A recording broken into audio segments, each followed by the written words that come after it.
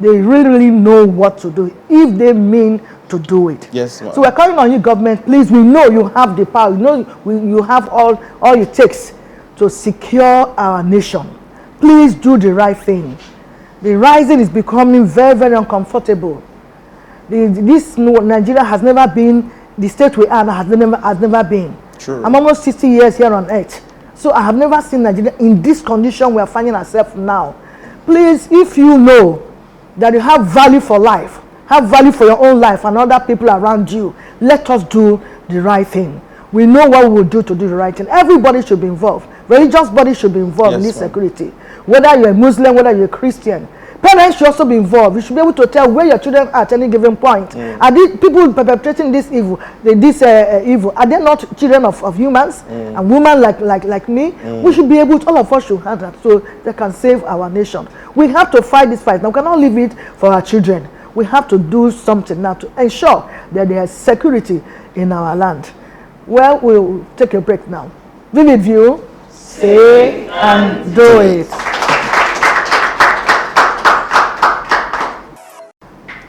Welcome back. Still discussing about the rise of insecurity.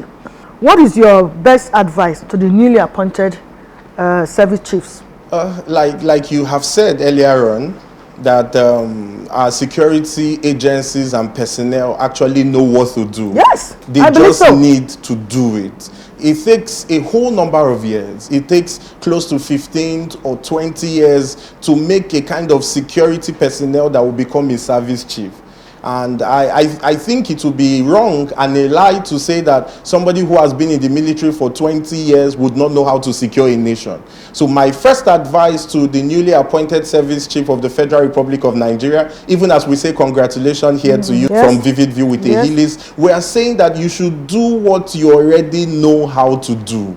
Put your training to place. Let us see why you have been chosen into this position. Help us understand what differentiates you from other persons who put on suits. Let us see the value of the uniform, the money that we have been spending to send you outside for trainings as a nation. Let us see the result of those finances being used appropriately by how you manage the security of our nation. And also, I would like to say that one of the things that you can do for us is to let us know what is really happening up there.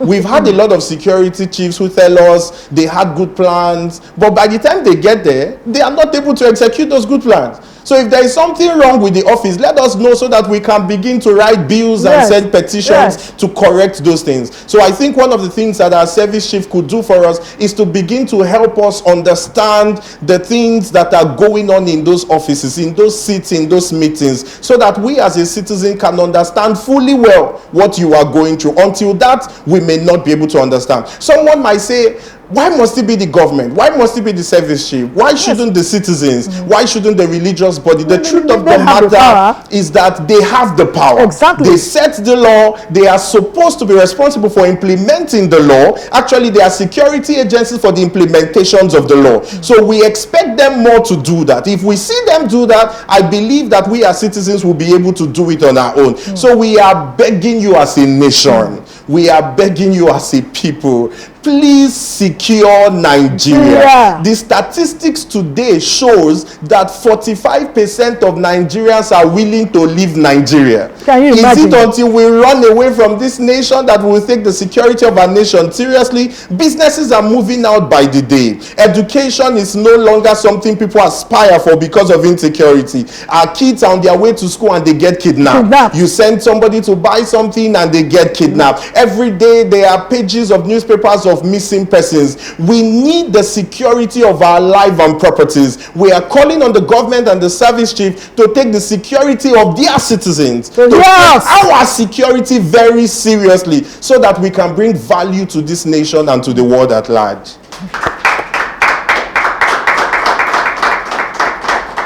To add to what you have just said, I want to say that these service the chiefs, there could be a kind of synergy within them. The army will cooperate with the head of the Navy and all that. That's the only way we can do this. We don't want them to work in isolation. Let there be synergy. So when they want to take a very strong decision on what to do, let the 3 heads or the 4 heads rather, even 6 of them come together and take a decision. And let them also find out how they can also ensure that whatever they discuss to do does not leak out, because we have saboteurs amongst them. True, yeah. Otherwise, there's a way they can do that and be able to fish out those who are bad legs, bad eggs amongst them that are leaking their plans to these hoodlums outside. Because before you know it, they'll surround them and kill someone. We actually lost a lot of soldiers and in this war. Yes. So let them know now what to do, because it's the loopholes. What makes other people not succeed is why they change them. Yes. So there's no loopholes to what they're going to fight with, and be able to do something so that there will be security in our land. We'll take a break and we'll come back into question and answer session. Vivid view, say and do it. My name is Natasha Ojina, and my question is, how can we go about reorientation for tackling the rise of insecurity in Nigeria? My name is Faith Osuji. My question, how can we increase value of life in our society? My name is Segway Favor, and my question, how can security agencies curb the leakage of security intelligence in Nigeria? Welcome back. The question has been asked by the audience, so I guess please your response to them. Thank you very much, Ma. First of all, someone asked, how can we go about reorientation for tackling the rise of insecurity in Nigeria? First of all, I think we need to bring security back to our school curriculum. It has to be taught in schools. People need to know what security is. If security is important to life, to community, and to nations, why are we not discussing it in schools? It's important. Number 2, I think we need to begin to use the security or paramilitary organizations that we have. For instance, there are organizations like Scouts, Red Cross, and all of these things. Manowars. These outfits, even though paramilitary, help to increase your security alertness. They help to make you alert. You wouldn't know some of the things that they know until you are a part of them. Exactly. If the government begin to support, some of these paramilitary organizations, I think it will be easier for people to join them. For instance, when the government know that people support the Scout Association of Nigeria in Nigeria, people would willfully join scouting. It would surprise you to know that some of our governors were Scouts when they were young. Yeah. Some of them were Red Cross when they were young. Some of them were part of these Rogers and all of those paramilitary organizations. So I think that, yes, that we need to bring light to these paramilitary organizations so that people can be a part of it. Number 3, I think we need to begin sensitization at our local level.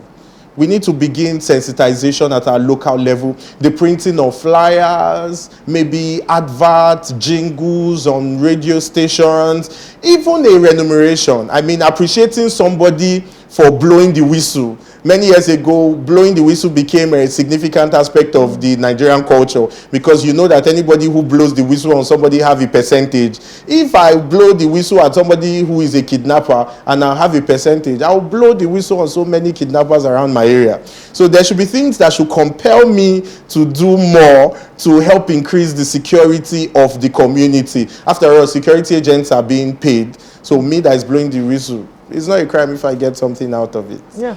Number 2. Second question. Question number 2. Somebody said, how can we increase the value of life in our society? I need to say that society is life. There is no society without life. So any society that does not value life is not a society at all. It's been said that we don't choose our family. We just come into our family. I'm a Christian. When I was younger, was not a thing by choice. I was given birth to into a Christian family, and so I grew up going to church. The average Muslim was born into an Islamic family and grew up becoming a Muslim. A traditional worshipper, for instance, a Babalawo give birth to somebody, the child becomes, is he a Prince Lawo, or what do we call it now? But becomes something in the Lawo line, if I may say. So implication, for us to value life in society, first of all, we need to be able to tolerate each other. When you understand the background of each other, it will be easier for you to appreciate somebody else. For instance, no matter how we say that what a man can do better or what a man can do, a woman can do better, there are still gender differences. When I know that a woman has her own strength and a man has his own strength, I will be careful how I expect certain things from a lady and how I expect certain things from a man. So I think that our society is no longer paying attention to these little things that we need to pay attention to. And that's why there is no value for life any longer.